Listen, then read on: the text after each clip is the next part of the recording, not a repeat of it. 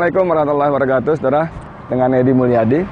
Sekarang saya ada di kantor Komisi Nasional Hak Asasi Manusia, daerah Menteng, Jakarta Pusat. Anda lihat di seputar ini, nanti teman kita kamera akan menunjukkan banyak sekali karangan bunga. Karangan bunga dukungan mengungkap kebenaran atas penembakan dan wafatnya warga sipil, 6 anggota Laskar FPI. Di sana juga banyak seberang jalan, sebagian dirusak. Tapi saudara sekalian, ini sudah beberapa hari yang lalu ya. Jadi wanginya nggak ada, wanginya udah nggak ada. Cuman yang saya mau bilang bahwa saya kira banyak publik lain percaya betul bahwa ini karangan bunga sesungguhnya. Dukungan publik terhadap Komnas HAM. Karangan bunga, bukan bunga karangan. Beda ketika misalnya banyak bunga karangan yang memenuhi halaman dan sekitar Polda Metro Jaya dan Kodam Jaya ketika kasus polisi dengan baliho dan sebagainya. Kita ke dalam. Ini masih banyak juga ya, mengungkap kebenaran atas wafatnya. Banyak. Bahkan ada nih sudah hilang. Dibentuk TGPF segera. Nah, ini saya nggak tahu nih. Coba bayangkan. Ini ada huruf T, saudara. T-nya hilang. Apakah copot karena alami atau sengaja dicopot? Tim gabungan pencari fakta. Saya mau berhenti di sini sebentar karena saudara sekalian, ketika kemarin Komnas HAM pukul 11 menyelenggarakan press conference, undangannya itu menimbulkan banyak sekali antusiasme dan harapan. Ada harapan publik bahwa Komnas HAM akan membuka, karena di undangannya perkembangan penyelidikan. Tapi kalau itu yang Anda harapkan, saya juga termasuk yang kecewa kemarin datang, karena ternyata Komnas HAM tidak membuka apa-apa kecuali memaparkan menemukan proyektil, menemukan apalagi selongsong peluru, kemudian sudah mengambil rekaman percakapan, rekaman CCTV dan sebagainya. Ini kemarin di penjelasan resmi dari Komnas HAM. Tidak ada seperti yang diharapkan oleh publik, misalnya, benarkah 6 orang itu ditembak di lokasi? Oke, itu barangkali tidak masuk itu. Tapi dengan melihat luka-luka, luka belebam, luka bakar, kemaluan yang bengkak dan terbakar dan sebagainya, tadinya Komnas HAM publik itu berharap, ya, Komnas HAM akan mengatakan, ya, ada penyiksaan. Ternyata itu pun tidak muncul. Bahkan rumah penyiksaan, saudara, rumah penyiksaan yang muncul beberapa hari di jagat media kita, sosial kita maupun media-media online kita, pun dibantah. Baik siapa namanya, Khairul Anam maupun BK Hulung Hapsara, atau siapa lagi, kemarin satu lagi, itu membantah bahwa Komnas HAM tidak pernah menyebut-nyebut tentang rumah penyiksaan. Saudara, pagi tadi sebelum saya kemari, saya menghubungi tim lawyer 6 Laskar FPI yang terbunuh, Saudara Ajis Yanuar. Saya katakan, Bung, ini soal rumah penyiksaan bagaimana? Karena ketika saya googling, antara lain menyebut Anda sebagai narasumbernya. Tapi Bung Ajis mengatakan, oh, kalau dibaca baik-baik, saya cuma menyatakan bahwa saya cuma mengutip ada media katanya menulis soal rumah penyiksaan. Dan jawaban saya waktu itu tadi, kalau memang ada begitu, pokoknya dari FPI akan mendukung Komnas HAM. Nah, jadi rumah penyiksaan pun dibantah. Dan kemarin BK Hapsara Wulung itu mengatakan bahwa kalau ada soal rumah penyiksaan segala macam itu bohong. Saya agak menyesalkan kalimat bohongnya itu.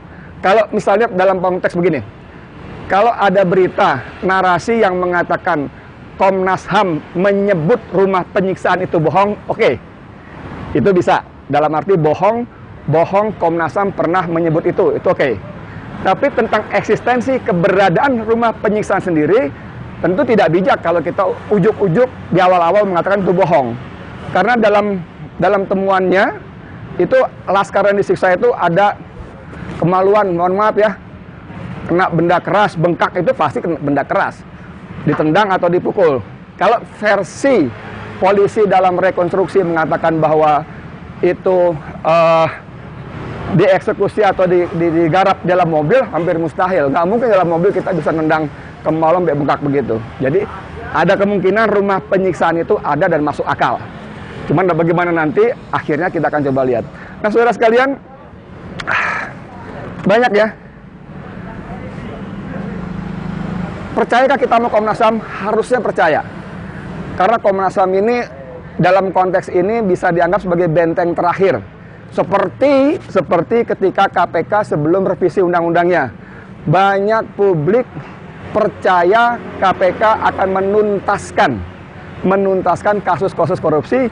Namun ketika direvisi, ya kita tahu akhirnya seperti apa. Apalagi ditambah ketua KPK adalah jenderal polisi aktif. Ya udahlah, itu nasib kita. Nah, kembali ke sini Komnas HAM, kita percaya. Tapi melihat gelagat yang terjadi, apalagi kalau kita baca di sini, ini siaran pers resmi Komnas HAM. Di situ ada kalimat mengatakan,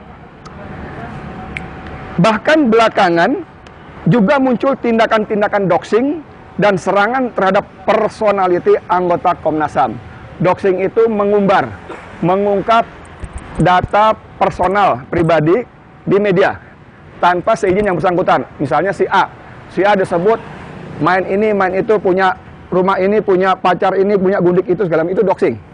Pokoknya hal-hal tentang pribadi yang dianggap tanda kutip negatif diumbar kepada publik tanpa persetujuan si yang bersangkutan, itu doxing. Kemudian di sini disebutkan juga ada tindakan-tindakan dan serangan terhadap personality. Nah, kalau bicara soal serangan, saudara, mungkin nggak terjadi. Oh, sangat mungkin. Karena kisah pembunuhan 6 anak muda ini oleh polisi seperti yang dikatakan Kapolda Metro Fadil Imran, itu tentu akan mengusik banyak orang. Bahkan kalau ini ditelusuri dengan baik, tidak mustahil akan mengungkap jaringan-jaringan di atasnya lagi. Posisi di atas sekedar Kapolda, bisa jadi Kapolri, saya nggak tahu, bahkan mungkin Presiden, nggak tahu, bisa jadi. Sehingga banyak ada kelompok-kelompok yang berkepentingan agar ini tetap tertutup dengan rapat. Katakanlah beginilah. Katakanlah kita berhusnuzon, berpositif thinking bahwa Komnas HAM tetap transparan, independen, berintegritas, berani menepis semua tekanan.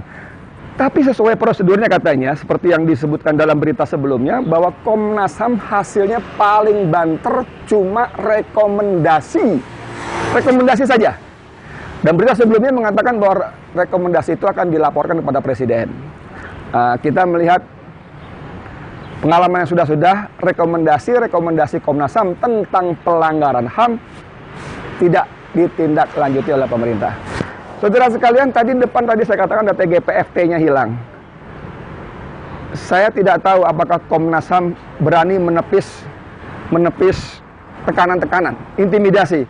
Karena ketika saya membuat laporan di kilometer 50, ketika saya dipanggil Bareskrim, teman-teman wartawan senior mengutip penjelasan sahabatnya yang juga mantan komisioner Komnas HAM, dia mengaku bahwa dalam menjalankan tugas-tugasnya mengungkap kebenaran seputar penegakan dan hak asasi manusia, dia mengalami banyak intimidasi, bahkan ancaman. Dalam sebuah informasi itu dia mengatakan sebaiknya Edi pergi dulu deh ke luar negeri boro-boro.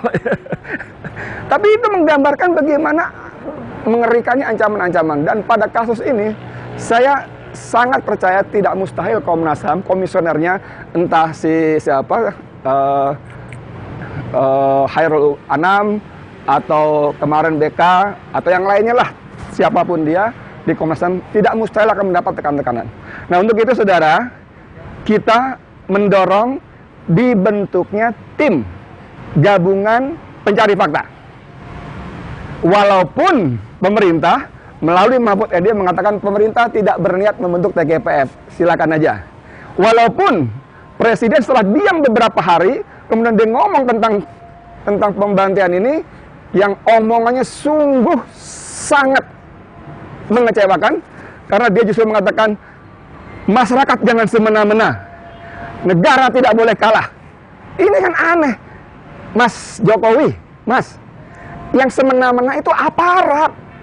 rakyat, masyarakat nggak bisa semena-mena, nggak punya apa-apa, gila banget, nggak punya apa-apa. Jadi ucapan Anda, sampean yang mengatakan masyarakat jangan semena-mena itu kebolak-balik, Mas. Harusnya sampean sampaikan kepada aparat yang punya senjata, yang punya pistol, yang punya bentungan, yang punya kekuasaan. Jangan semena-mena kepada rakyat, itu baru presiden yang benar, ya. Jangan dibalik-balik. Lalu negara tidak boleh kalah, Mas. Waktu seorang pendeta terbunuh, Anda marah, Mas. Ini ada 6 anak muda terbunuh, disiksa. Anda tidak komentar apa-apa, justru begitu komentar, menyakitkan hati umat, menyakitkan hati rakyat, menyakitkan hati keluarga yang dibantai. Nah, kembali ke soal tadi, kita dorong. Ada tim gabungan pencari fakta yang tidak hanya Komnas HAM, tapi ada lembaga-lembaga, institusi, kelompok-kelompok swasta yang concern, peduli dengan penegakan HAM. Baru setelah itu kita boleh percaya atas hasil-hasilnya. Persoalan pemerintah tidak mau bentuk, monggo. Kadang-kadang kita juga nggak perlu SK pemerintah kok, nggak perlu. Saya dorong, misalnya Bung Natalius Pigai, misalnya Bung Hari Azhar, atau perempuan siapa untuk ketua kontras yang baru. Kalian kumpul, bentuk TGPF, kerja. Walaupun sekarang bukti-bukti banyak dihapus, dihilangkan, nggak ngerti lah. Kayak kilometer 50 itu sudah habis semua, ya. Jadi itu yang dibentuk, dan saya ingin mengutip artikel dari sahabat saya, M. Rizal Fadilah, reporter senior juga di FNN. Dia menulis artikel berjudul "Meragukan dan Mempercayai Komnas HAM". Saya mau kutip paragraf terakhirnya saja. Dia mengatakan, alangkah ruginya jika menjadi unsur tak terlibat dalam perbuatan, tetapi ikut terhukum karena menyembunyikan kebenaran. Sebaliknya, pahala besar akan diberikan Allah SWT bagi mereka yang berlaku jujur dan memberi banyak manfaat bagi kehidupan orang banyak. Komnas HAM, kami ingin percaya kepada kalian. Komnas HAM, saatnya saat ini kalian menunjukkan bukti bahwa kalian bisa tetap independen, berintegritas, dan transparan. Komnas HAM, kami ingin katakan bahwa kisah ini, pembantaian 6 anak muda ini adalah momentum. Momentum yang sangat besar dan berharga bagi Komnas HAM untuk membangkitkan kepercayaan publik. Selamat bekerja, kita tunggu hasilnya. Saya, Edi Mulyadi, untuk FNN. Assalamualaikum warahmatullahi wabarakatuh.